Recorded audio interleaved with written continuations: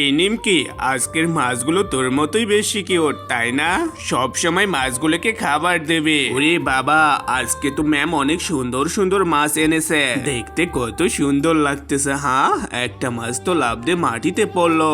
আরে বাবা, তাড়াতাড়ি করে এটাকে উঠিয়ে রাখি। আরে গুলো, এই নে একটু কমলা উঠিয়ে আন না বাবা। কমলা বাগানে তো প্রায় অনেক কমলাই লাল হয়ে গিয়েছে।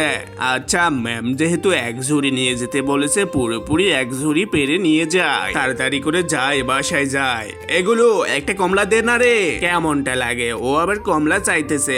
আচ্ছা এই ধর, একটা কমলা দিলাম, একটার বেশি দুটো দিতে পারবো না কিন্তু। ম্যাম, ও ম্যাম, এই তো কমলা এনেছি পেরে। আরে গুলো এনেছে।